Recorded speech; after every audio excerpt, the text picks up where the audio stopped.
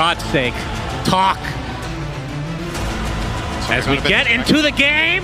There's a bit of a dichotomy between getting a massage and talking. Usually when you're getting a massage, you're meant to relax and not, you know, just enjoy the moment. But I know talking relaxes you, so. But don't worry, the moment we were off camera, he immediately stopped massaging because he just did it for show and he actually I will not like touch you unless it's on camera. Doesn't actually like me, so. That's true.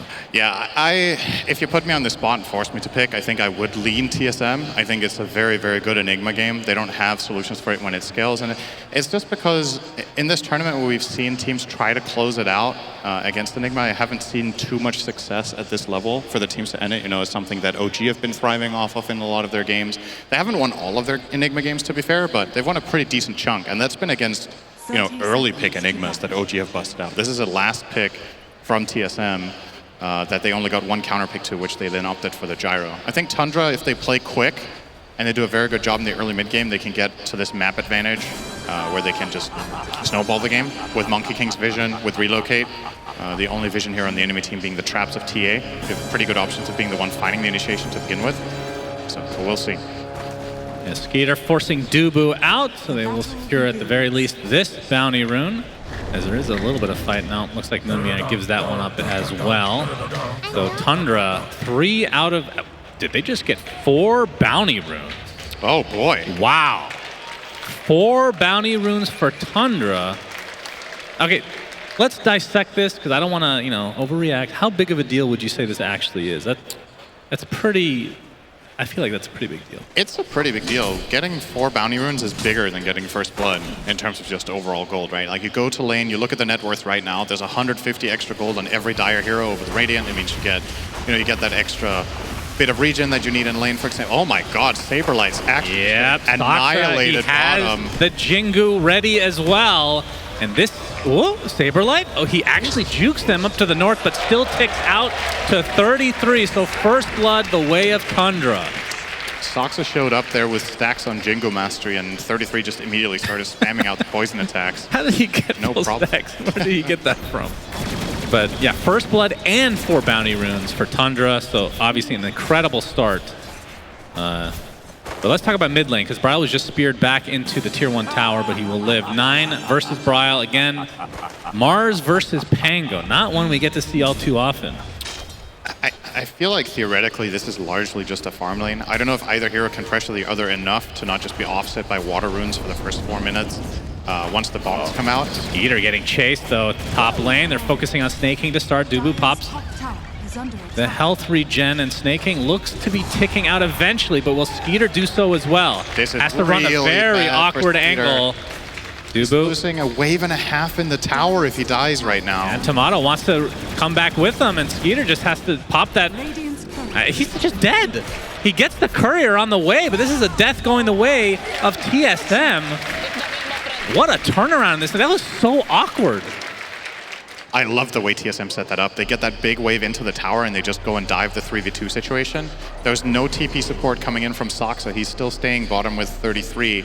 And effectively, when you're playing a tri-lane like this and the enemy's playing 2-1-2, if you find that double kill against the enemy's dual lane with your tri and you get to restabilize the lane might just be over. It might not even matter if Monkey King comes up here now if Dubu starts taking control with End. So that was huge for TSM. And keep in mind, Saberlight, yeah, he's playing 1v2, but he's Enigma. Like, you're always going to get something. You can deny the wave, you can pull the wave back into your tower. He's level 3 in the Enigma already in this 1v2. And it does feel like Saberlight is the wild card of this game. I mean, we've seen a lot of games go late where you're down a hefty amount of gold, but because you have an Enigma, I mean, you have both Enigma and Doom. Extremely powerful, even in like the support roles, which Doom will be this game. As mid lane Bryle not going to be speared into the cliff this time around, but still a 1k lead for Tundra on the back of that first blood. And the 4 bounty runes, of course, is, oh my goodness, is Saberlight dead again? He is. So much damage over time for that Viper. As you can see, Moon Meander now picking up a little stun action with the Mud Golems. And, I mean, how much gank potential do you have in this mid lane, would you say? Radiant's bottom tower is for each side? Not really the best. I guess Eng plus Pango. When Pango hits 6, there's definitely kill potential that way.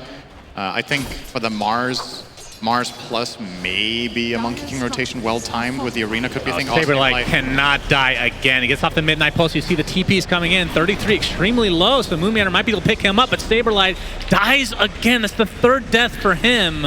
They will get the trade eventually, but that is really bad for TSM. And I believe he used his TP as well, so we'll have to make the walk of shame if he even wants to go bot again. I don't know if you can.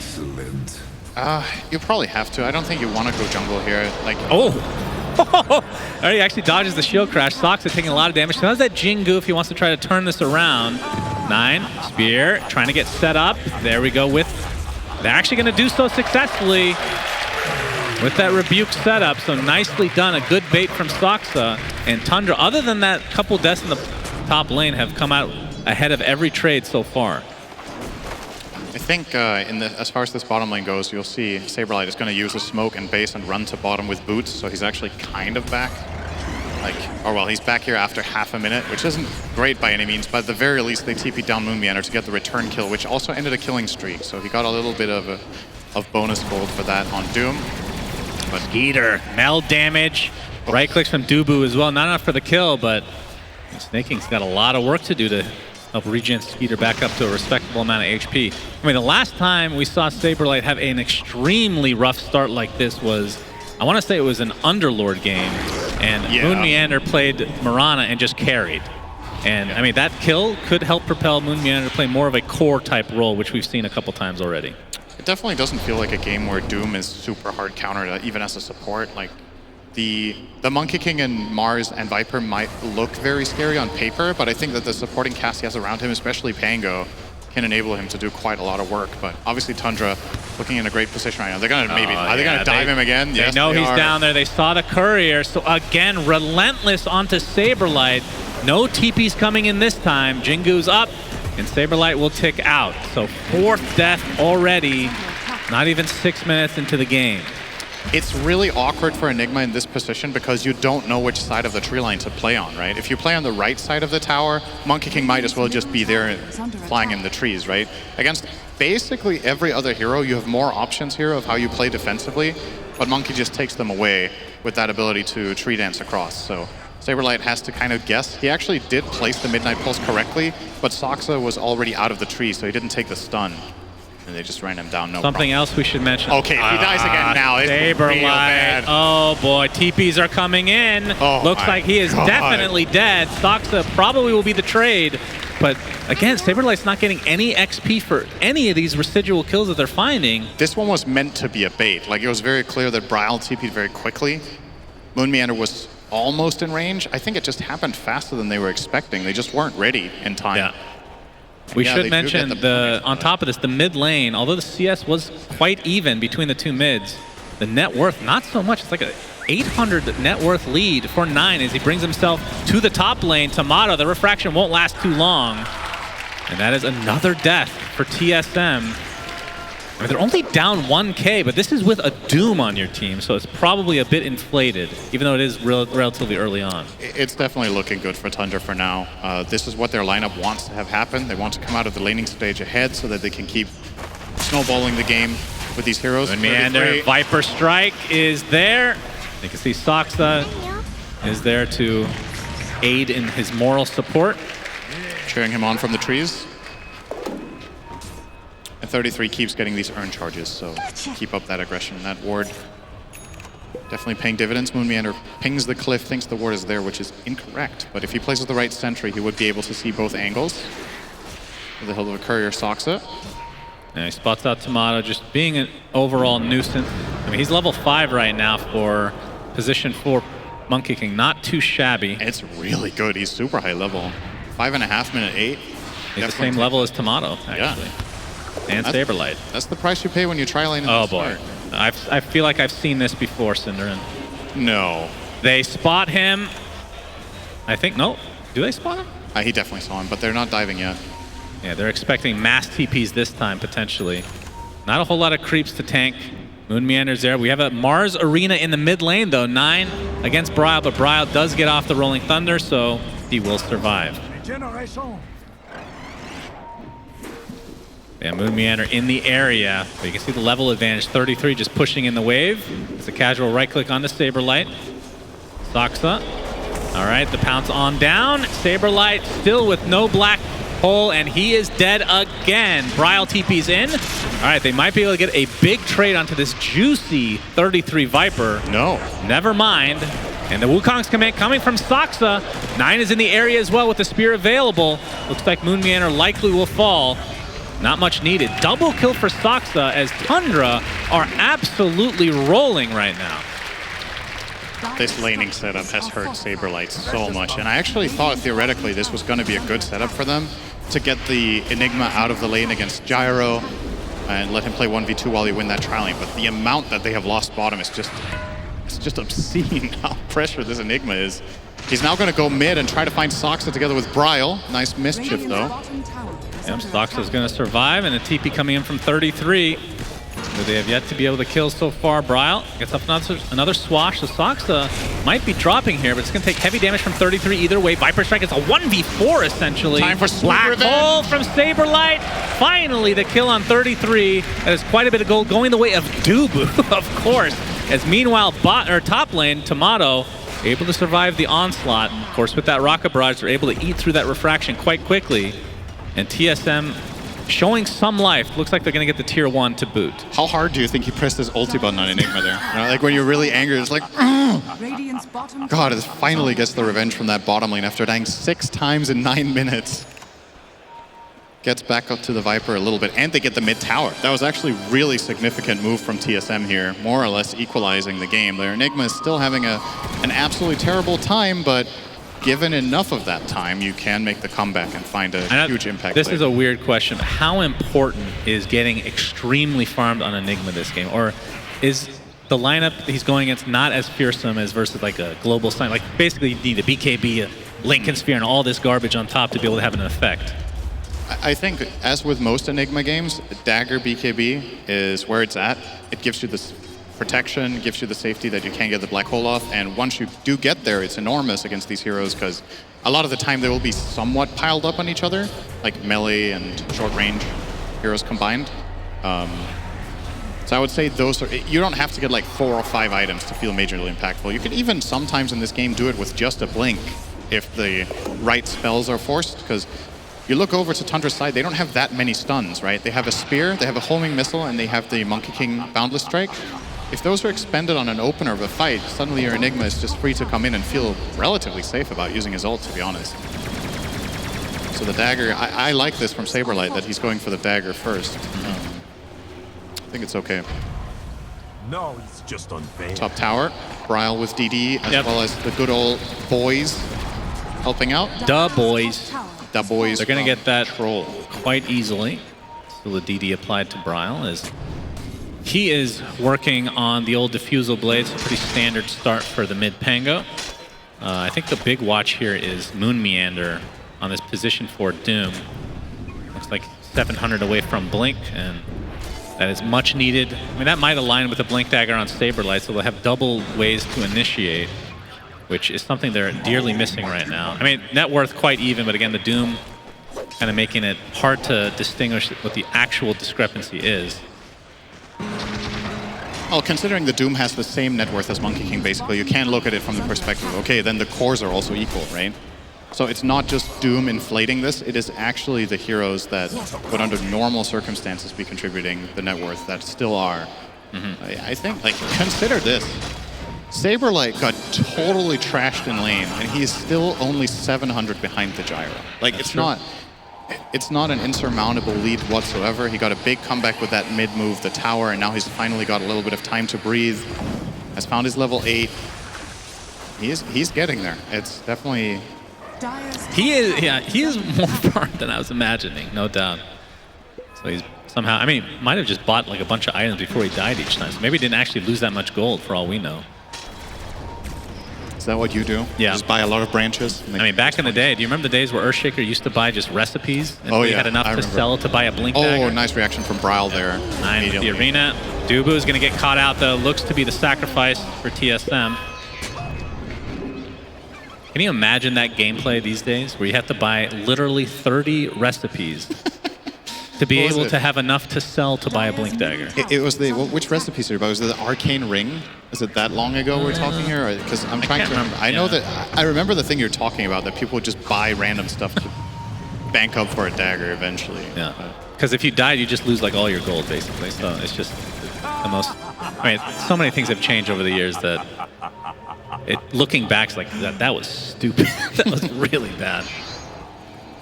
Now the hook up onto Skeeter. He has not going for the Axe first.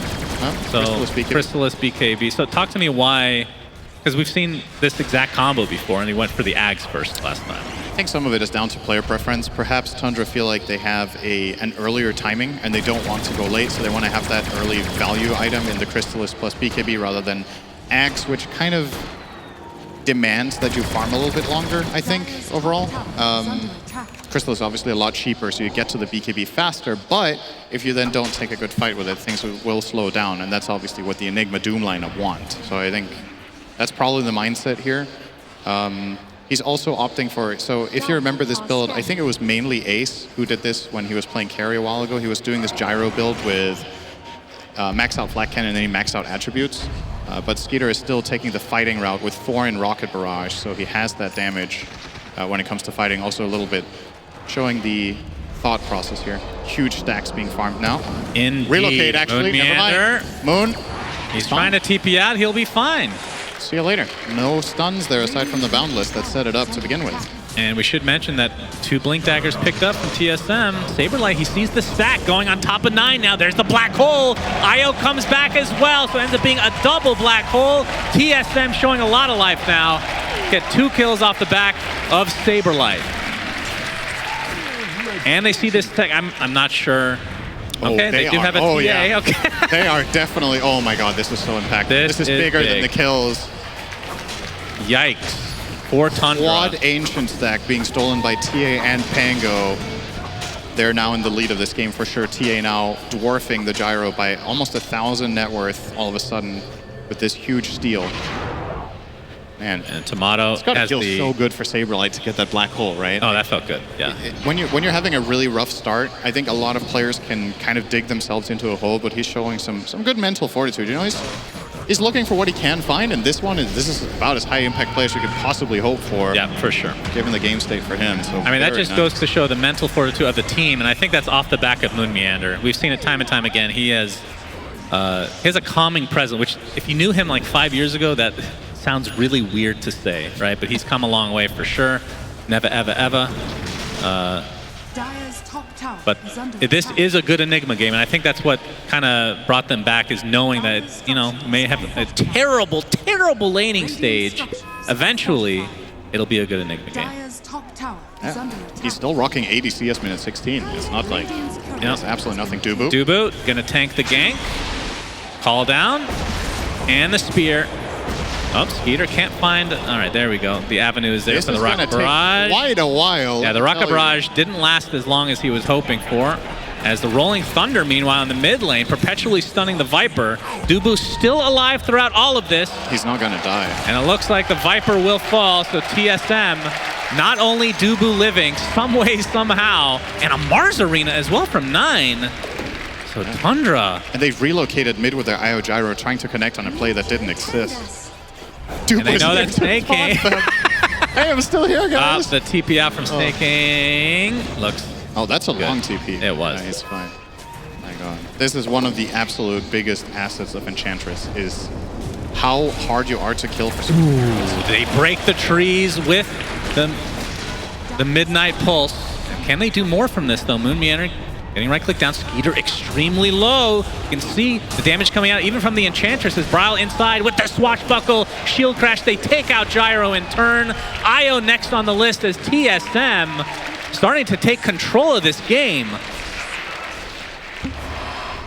Yeah. They have control of their jungle now in a 3K lead. Yeah, I would think seconds. so, yeah. I think it's good enough. If they try to come contest you, you're actually going to have the black hole as well in 25. And they have so much damage here. They have the minus armor and the disarm of the lucky shot. They have double meld. Enchantress can tank it as well. Roche doesn't really want to be home anymore. He's going shopping. All right, the door was closed. How did that happen? Was that the whip? Like, I refuse to be whipped in my own home. 4K lead for TSM. They have the Aegis now on Tomato. And Saberlight working, I think he has the Spirit Vessel on the way now. So not even opting for BKB yet. That's ultra confidence there. Yep. Obviously against an IO, extremely value pickup. A Blink Dagger coming for 33. Talk to me about this. Yeah, I guess his goal is somebody has to find either the Enigma or the TA at the beginning of the fight. I think that's their mindset. That's the best reasoning I can give. Like, he needs the maneuverability so he can find an attack angle. They feel like if the fight is head-on, they're probably unfavored against this Enigma, right? They have to know the BKB is coming up soon for Saberlight, even though he went for that Spirit Vessel halfway against IO. He will still get there for sure, so might be planning ahead in that sense. Tier 2 tower for TSM. And you can see Tomato has the Blink Deso, Dragon Lance, 9, able to blink out before the damage comes out, but his little baby courier will fall. Soxa in the trees. Looking to potentially bait Bryle into this, but again, they're going against an Aegis.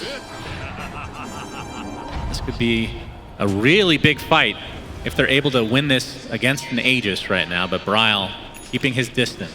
And the BKBs being lined up. Bryle gets off the Rolling Thunder. The focus is on Dubu inside that Wukong's command. They will take him out, but that is 5 members of Tundra. I mean, they didn't want to leave that to chance, I guess, after the last time. They were pissed after the last time. Just throw everything at him, get him out of there, get some space back. Like, it sucks for them to have to commit this much, but at the same time, if you don't do it, like, you need this area back, so you need to bring the numbers to get some sort of map control. And they obviously would have loved to find someone else in the Ench, but they'll take whatever's offered in addition to that outpost, and now they can start pushing out top with 9.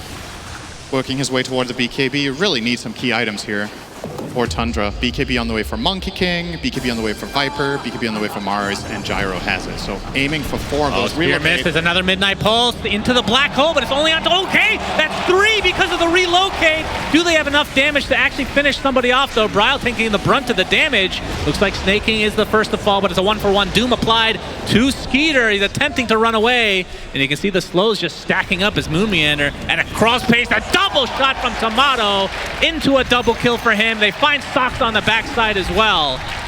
So that is a very big fight for TSM. At first I thought he only got 1 of the 2, but then it turned into 3, Cinder, and the NA math coming in again.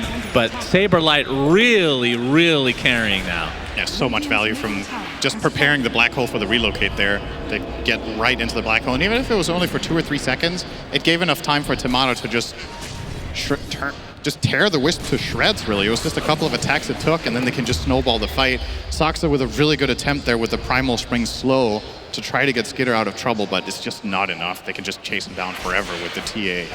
That Doom just lasts so damn long. We're going to see the replay now. So the Mist Spear from 9 to start things out. There's the black hole. Perfectly done. And he blinks out before he takes any damage there just to reset. Saberlight not letting the early game affect his mental right now as they come back with a vengeance. Bryle, not going to go for the Rolling Thunder. A couple members of Tundra smoked at the moment. This 4-Steph now picked up by Dubu. And we should be on BKB watch here. BKB finished on Tomato. Looks like Saberlight's on his way to his. About halfway there, I would say. And Moon Meander almost his on the 4 Doom. 200 away from Doom. There's going to be like 5 BKBs coming out in the next 5 minutes. So Doom is getting his. Saberlight has the best neutral item to get that extra farm going as well. Yeah, Gaben saw that he was having a rough early game. He's like, you know what? Philosopher's Stone, why not? One of the best int cores to get this on because you really don't care about the minus damage. Like, the drawback on this item doesn't really exist for this hero. Similarly, Tinker is another one of those int heroes that loves this. So it feels very easy for him to just opt for that. Smoke Tomato is going to break on the Monkey King. Not going to get anything. Midnight Pulse not in time. And Black Hole is going to be up in 30 seconds. I'm sure that Tundra is keeping track of that. Okay, let's do a BKB check quickly again. So Doom has his in 200. Pango has his when his courier respawns, which is now. Enigma 1500 away. On the other side, have it on Gyro. Mars picks it up just now. Viper also has it, and Monkey King 1300 away as well. So many BKBs. And guess what matters a lot when there's a lot of BKBs in play? It's magic immunity piercing spells. And one team has one of them, the other team has the bigger one. It's one Viper Strike, or actually, Viper Strike against Doom and Black Hole. Yeah. I know who I'm placing my bets on if it comes down to that. So if you're Tundra, you need to find an intelligent way of attacking the fight, where you either kill them before they get BKBs off, or you kind of need to weave in and out and delay it. TSM, Tomato jumps in, almost blows up Snaking in one shot. There's the Mars Arena. They're focusing on Snaking. Relocate will not be in time. He buys back immediately, though, as Skeeter TPs back to base with the BKB. And you can see the Doom applied to 33, ends up resulting in a nice kill for TSM. If they can get Snaking, this is a dieback. Triple kill for Bryle. No IO for a full minute, which means this tier 2's dead, if not more. This is such an advantageous position to be in. They didn't even have to black hole for that outcome. So the long cooldown is available. You're looking at 40 seconds before everything TSM has is online again except their Doom. And it's not really a requirement for them to be able to take fights right now. They don't need the Doom with how big of an advantage they've already gotten themselves. Moonmeander, did he see that? He did not. Yep, Soxa wants to fight Moonmeander 1v1. He gets off the Wukong's command, but the whip, Moonmeander able to get out. And he's going to turn around with that Infernal Blade. You can see Saberlight on the backside. He gets off. Okay, the Black Hole again. This time on the 2. Saberlight is everywhere. And again, TSM coming out on top in this fight. 33 gets off his BKB. Getting chased now. They're just trying to cancel that Blink Dagger. And they'll do so successfully, so TSM extending this lead to 11K in their favor. And this was a bait all the way around. Very, very quick on the Black Hole there as well, Saberlight. No time for 9 to really react, do anything about it. Don't really know what he could have done, though. Man, Saberlight, again, with the amazing facial expressions. Wonder if he's going to get high fives after the game is over. You've seen the clip. Yeah, I'm very sure true. Moonmeander will be there. Oh, actually, they canceled the tether, and again, Snaking's just dead. He just spawned. Luckily for Tundra, it's only a 30-second respawn time. You know, now that you pointed out, that's definitely something that feels different about this game 2 and 3 than most games Tundra play. They have really shut down Snaking. I think that's one of the biggest differences to normal gameplay coming out of Tundra is how little space that guy's got. In both games he's played against Enchantress, so there might be, you know, a little bit of a pattern there to dissect for Tundra going forward if they don't manage to recover this game, which looks exceptionally difficult. You're 13K down against arguably a formidable late game lineup, just hands down Doom and Enigma, two of the fiercest late game heroes you can possibly play against. That is a basher, though. Up. Bryle with the basher. That will be a good pickup for TSM, adding insult to injury for Tundra. This BKB now for Saberlight. He hasn't even needed it so far, but now it's safe. Yeah. This smoke. Okay, they know there's no Black Hole, so this is a pretty big moment. Dubu is He's going to tank it again, Snaking. He's going to be spotted out. A nice slow from Tomato, keeping mind's eye on his traps. Oh, that's the end of that smoke. Indeed. Rolling Thunder, Bryle. Oh, Skeeter gets initiated on. There's the Midnight Pulse with the Spirit Festival. He's just dead! 50 seconds, no gyro. Does have buyback, though. And TSM just all over the place. Soxa looking to get off the Wukong's command. He's going to be spotted. Pops the BKB. They drop the tree, and they drop him as a result. Bryle now in the depth here with that BKB activated. 33 doomed. Okay, he is saved for now. 9 gets bashed through the BKB. No Mars for 50 seconds. It was a good save from Snaking, but that's what you needed for Gyrocopter. Let's see, this is why Moonmeander only needs to count to 2. It doesn't take much longer than that. That was fine. No problem. Well said. And onto the high ground, TSM go with a 16K net worth lead. The bash from Bryle. He is all alone, so 33 is going to be happy with this exchange for now, but Dubu coming to play. And Tomato going to focus on the Billings potential with the Midnight Pulse. Malefice as well, and the Swashbuckle. They can kill him from so far away. Not much you can do about that if you're 33. And this is going to be a set of top racks at the very least. Of course, Gyrocopter, remember, even if he dies here, he does technically have buyback. So I'm sure Tundra wanting TSM to try and overextend. That might be their best window to come back into this game 3. But TSM playing very disciplined. They get the melee racks and they reset. 19K lead for them. The next Roshan will be in 20 seconds, so Tundra will have all their members up by then. Yeah, but TSM have all their spells once again except Doom, so fighting in that area is going to come down to some sort of really insane flank play from Saksa, plus, I don't know, the Viper, obviously 33 never got the blink, right? So they're not going to be able to combine it like that. How do you do this? You have to chain stun with Mars and Monkey King onto, I guess, Enigma. You have to try to find Enigma and blow him up. Otherwise, the counterplay potential from TSM is just so straightforward. And they're going for it right away. This is the second Roche, Aegis, and Shard. You can see on the minimap, they're just going to be too slow. This is way too fast. Yeah, so another Aegis going the way of TSM. And we'll see who picks up the Shard. Tomato will consume it, it looks like. So the silence for his traps. And we saw that work extremely well in the previous game. And they're going to smoke everybody but Tomato, as he has a lot backpacked, actually. And the TP's onto the outpost. Saberlight, okay. Moonmander's gonna find Skeeter to start things out. Snake King has his ultimate available, but Saberlight with the black hole and the death onto 2. Beautifully done from TSM as they are looking to go to the grand finals. The Doom applied 2-9. Very easy kill for TSM as Saksa will try to clean up the creeps. That's all he can really do right now, but this mid lane is looking primed and ready for TSM to take. Yeah, they can go straight in there. 30 seconds should be more than enough for another lane. Tomato makes quick work of this with his item build. Yeah, and what do you do? Like, Doom is just going to be cutting bottom wave as well, just maximum efficiency here. TSM is giving them 0 avenue to get back out on the map. They might just get megas. Like, absolutely. 15 seconds is quite a long time for these heroes. Stocks on 33, ready to pounce. But the bash is there, and the instant death onto 33. No save from Snake King.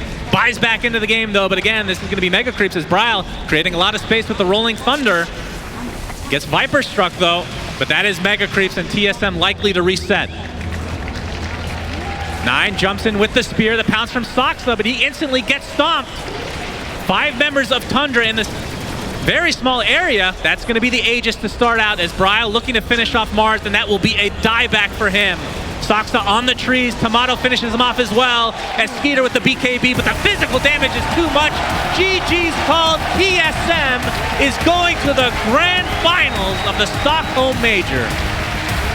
Great recovery from them after game number 1, and also after, you know, especially the high five. He got a high five from Dubu. That's the highlight of the game. It actually happened. Maybe Dubu is kind of like S4. He only talks to TI winners. Dubu only high fives TI or major finalists. There you go. And I have to say, win this guy Saberlight, I mean, I believe, correct me if I'm wrong, started the game out 0-6. And after that point, did not die the rest of the game. That is actually an insane comeback. That is We've correct. seen this from TSM, where they're just down in a game, but they come back. They just have the mental fortitude. It's an unbelievable play from TSM. Yeah, they just found a lot of great solutions in the game. They moved some pieces around.